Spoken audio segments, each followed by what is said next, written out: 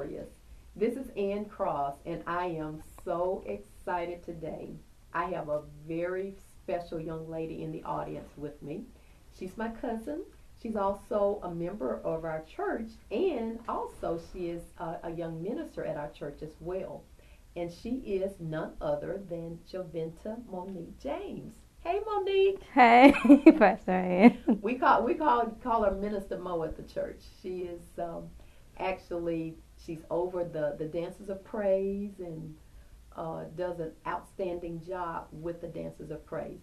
So Monique, you have got quite a testimony, don't you? Yes, ma'am. I know you do, and that's why I wanted you to come on the show because people need to know this.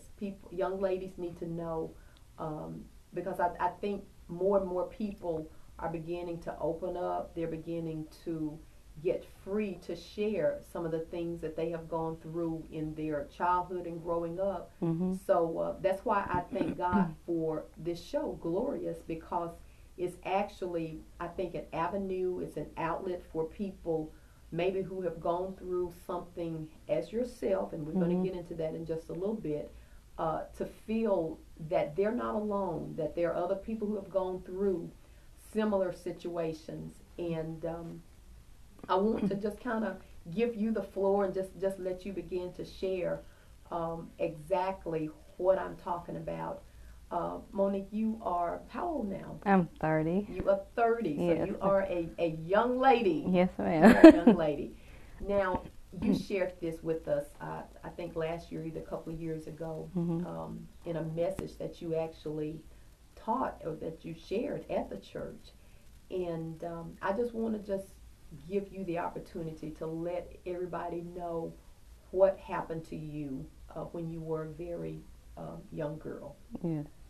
Well, at the early age, I think it was around 2, it started, I was molested by a family member, and for a while I didn't say anything, because really, when you're a 2-year-old, you don't think, you know something's not right, but you don't know exactly what it is. Mm-hmm. So I didn't really know who to tell or what to say, I guess. And then I think when I was in school one day, you know how they do teach kind of about like safe touch and all this kind of stuff when you get in certain classes. And that's when I knew what had happened. It wasn't right, and then I knew what it was, so I could tell somebody about it. Mm-hmm. And I think really for years I was scared to really say anything because I thought, well, I'm going to get this person in trouble. This person ain't going to like me, or what are people going to think? They're going to talk about me and everything like that. Mm-hmm. So I didn't say anything, I think, for a long time. I don't know when the first time I might have told somebody. Maybe I was 18 or 19. I was well in adulthood age before I actually said something. So you said you were 2?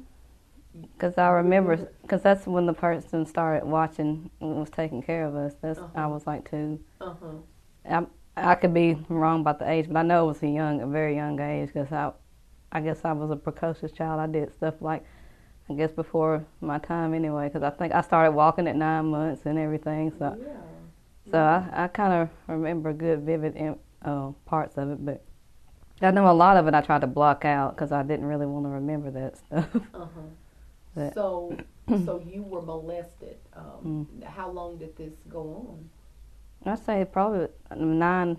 I was 9 years old when I think it stopped. I mean, it was off and on. It wasn't like every day that the person took care of me, but it was off and on. Yeah. Wow. So did you talk to your mom and dad about it? Later, I think I was probably a teenager. I was maybe my senior year in high school is when I finally said something to them, and they felt, I guess, condemned because they thought, well, why come we didn't know this? Why come we didn't? But, you know, I tell them it really wasn't their fault, because, I mean, for years I not only blamed myself, but I did blame them. I blamed my sisters and brothers, because I was thinking, I'm the youngest, why come y'all didn't protect me and everything? And then one point I realized I was even mad at God, because I thought, you're supposed to be my protector. Why'd you let that happen to me? If you love me, why'd you let this happen to me? And then I realized that was not the right attitude, because God didn't do this to me. It was the devil trying to keep me from doing what God wanted me to do. And that was really the freeing part right there, to realize God didn't do this. He protected me and kept me alive through this, and he brought me through it. Wow. So you just kind of kept this thing bottled up on the inside of you. Mm-hmm. And so why do you think that you did that? Why did you keep it hidden? Out of fear, because I didn't want nobody to know in the family, and they'd be asking all these questions and everything, and what did they do, and get into detail, because really getting into detail just makes you relive the whole situation, and I didn't really want to do that, because nobody that goes through that wants to relive it over and over. I mean, giving your testimony, I understand that, but you don't want to go into graphic detail, because that's not, I don't think, relevant. Right. Now, did you think that maybe this was your fault? Did you ever have thoughts of condemnation that maybe you were to blame, or that something happened, Well, at one point I thought, well, what did I do to deserve it? I did kind of, I guess it was kind of condemnation. Like, did I do something to make the person want to do that? Did I say something, or did I act a certain way, I guess? But it really wasn't that. It was just, like I said, a ploy of the enemy trying to attack me. And it had my mind really thinking, well, maybe I shouldn't dress this way, or maybe I shouldn't act this way, or maybe I should be quiet, and because if I say something, then I might get more attention in a negative way that I didn't really want. Wow. So you just kind of kept this thing on the inside of you for quite some time, and you said that it was maybe when you were 18 or 19 that you just began to say something. Did you share that with a family member? I think I shared it with both my mom and my dad. Now, I bet this must have been devastating for them. Yeah. So how did they feel, when you... I remember my mom saying she felt condemned, because she thought that why come I didn't come to her. She didn't understand why I didn't feel comfortable to tell her. But I guess I just was scared that the person... I didn't want to really bring strife in the family, too. I was trying to be the peacemaker and not say anything, thinking, well, if I don't say it, it'll just go away. It won't really be a problem. Now, if you had this to do over again, do you think that you would do the very same thing, wait, until all this time had passed, or do you think that you would let your mom and dad know early on, as soon as it happened? Let them know. Okay. Because holding on to stuff, that's what I think, too, it led to anger issues and resentment and bitterness, because I had a lot of anger issues after that, because I held on to it for so long that I didn't know how to, I guess, deal with it, so I lashed out in anger. So why were you angry?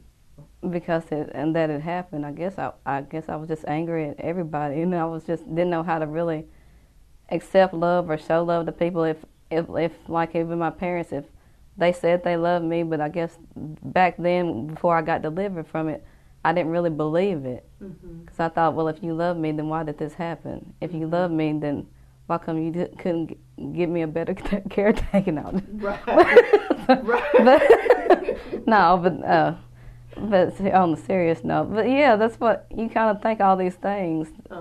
But it wasn't that they didn't love me enough; it's that they didn't know. And if they'd have known, I'm sure, because I know my dad said when he found out, he said if he hadn't have been saved, he would have jacked him up. So I know that was he did love me enough to want to jack him up, but he knew he had to walk in love. Right. So how did you act out? If you were angry.